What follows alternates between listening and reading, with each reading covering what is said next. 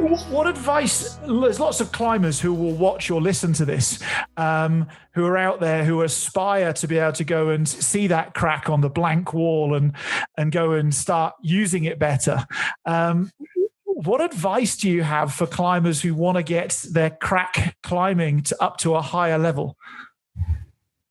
To start low, because crack climbing, the difference between sport climbing and crack climbing is dangerous because you protect yourself with some gear, and you have to be very. You have to have the skills for placing gear and for your security. So begging low because it's dangerous. But then I would say dream high, dream high and have fun. And it's a wonderful adventure to go to. Yeah, maybe fix yourself some goals. And go for it smartly for sure. But go, it's great. Push yourself and enjoy days there with some friends. Nice. Now you had quite a fall during the First Ascent documentary that you were part of, and it seems like, and you can tell me whether I'm wrong, but it seems like it pushed pause on your climbing career for quite a while. What happened when you injured yourself in that documentary? I injured myself, but not through climbing this route. I had an old injury doing soccer when I was 12 or 13, something like that. And I knew I had to go through an operation someday, but I didn't want to do that. And during this time, I was climbing the Cobra. I get through a very hard time in my life. I get tired. My knee just break down. So I get injured, but just an old injury, and I wasn't in a good psychological shape. But I stopped climbing then. Also because I had some issues with God, which is kind of weird to say and even weirder to explain. But I was in a mood of praying, and like I said, I went through very hard times, and I chose to go to ask God for some helps. It's very easy, it's shortly said. But I was in a mood, spiritual mood with God. And in the same time, I had also an experience with God who led me to a monastery.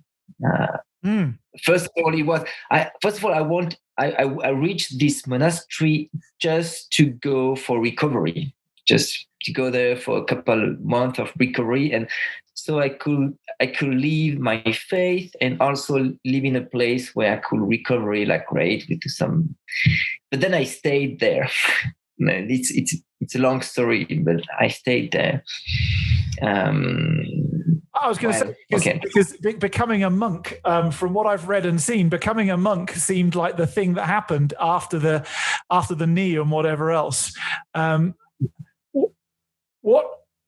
But that's quite an extreme step, going from climbing in different places around the world to saying, I'm going to give my life to God and I'm going to join a monastery and become a monk.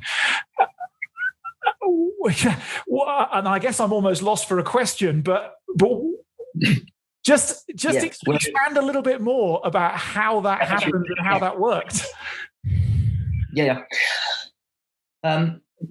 First, I grew up in a Catholic faith, and I always had this dimension in my life. The faith wasn't new for me. I grew up with that, and it always made sense for me to pray, to read the Bible, to think about big stuff, liberty, death, freedom. It was a part of my life. Then, wait, I try. In English, it's hard for me, but I try. I lived something very, very hard in my personal life. And I lived maybe something like a traumatism, a trauma kind of upset. Like it was hard. And in the same time, I discovered God. Wow, just a big experience with God. So my base of my identity was kind of this destabilization. And I kind of believed that I had to change everything from the beginning to be on the way of being more human or more friendly with God. I thought I had to change everything. And it made sense because I was spiritual. I was a guy with faith, and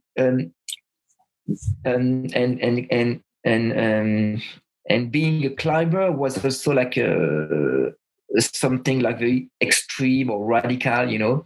So I thought, yeah, I want radicalism, and that's great, but it's not through climbing that I could really develop what I want to develop: the freedom, the experience, the adventure.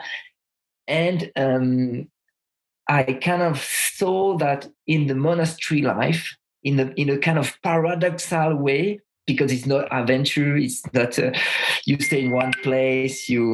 But I discovered that this is going to be the adventure with God, and this is going to be really great. And in some sense, it was really great. I mean, the adventure of monastic life, it's weird because for sure you're not moving around the world, you're not doing extreme sports, but you go very deep in yourself. You go very deep in the relationships with the brothers. It's a world, and I would say also in the monastery, I get into the theological world because I study a lot too. So it was another universe, the theological universe, which passionated me a lot. I didn't do any study because when I was young, I stopped everything just for climbing. But I needed some intellectual stuff in my life, so I had it in the monastery. But well, it's shortly said, and I don't know if it's understandable, but there is some stuff. I'm getting it. I understand it. It is a different form of adventure.